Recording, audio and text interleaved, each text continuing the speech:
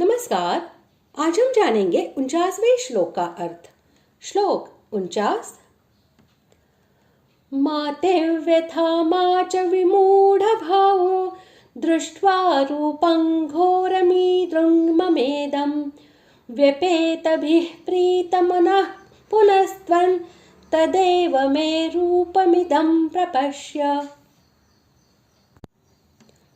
श्लोक का अर्थ, मेरे इस प्रकार के इस विकराल रूप को देखकर तुझको व्याकुलता नहीं होनी चाहिए और मूढ़ भाव भी नहीं होना चाहिए। तू भय रहित और प्रीति युक्त मन वाला होकर उसी मेरे इस शंख चक्र गदा पद्मयुक्त चतुर्भुज रूप को फिर देख।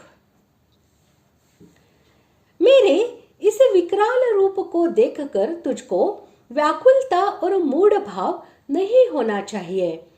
इस कथन से भगवान ने यह भाव दिखलाया है कि मैंने जो प्रसन्न होकर तुम्हें इस परम दुर्लभ विराट स्वरूप के दर्शन कराए हैं, इससे तुम्हारे अंदर व्याकुलता और मूढ़ भाव का होना कदापि उचित न था।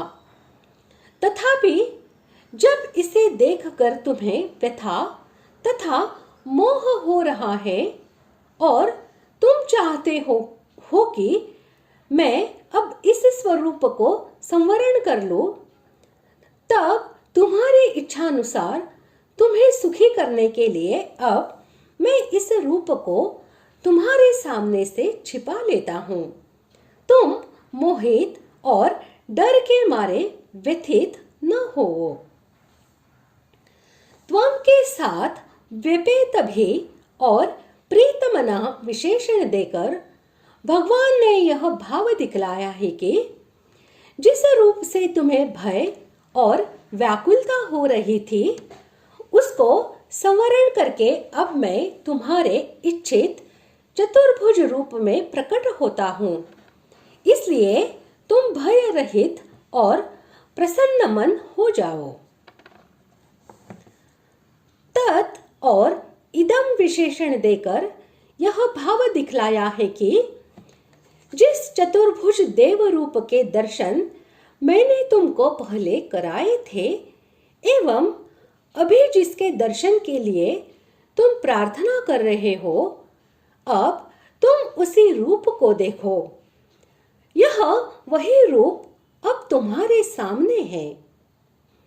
अभिप्राय यह है कि अब तुम्हारे सामने से वह विश्व रूप हट गया है और उसके बदले चतुर्भुज रूप प्रकट हो गया है। अतएव अब तुम निर्भय होकर प्रसन्न मन से मेरे इस चतुर्भुज रूप के दर्शन करो। पुनः पद के प्रयोग से यहाँ यह प्रतीत होता है कि भगवान ने अर्जुन को अपने चतुर्भुज रूप के दर्शन पहले भी कराए थे।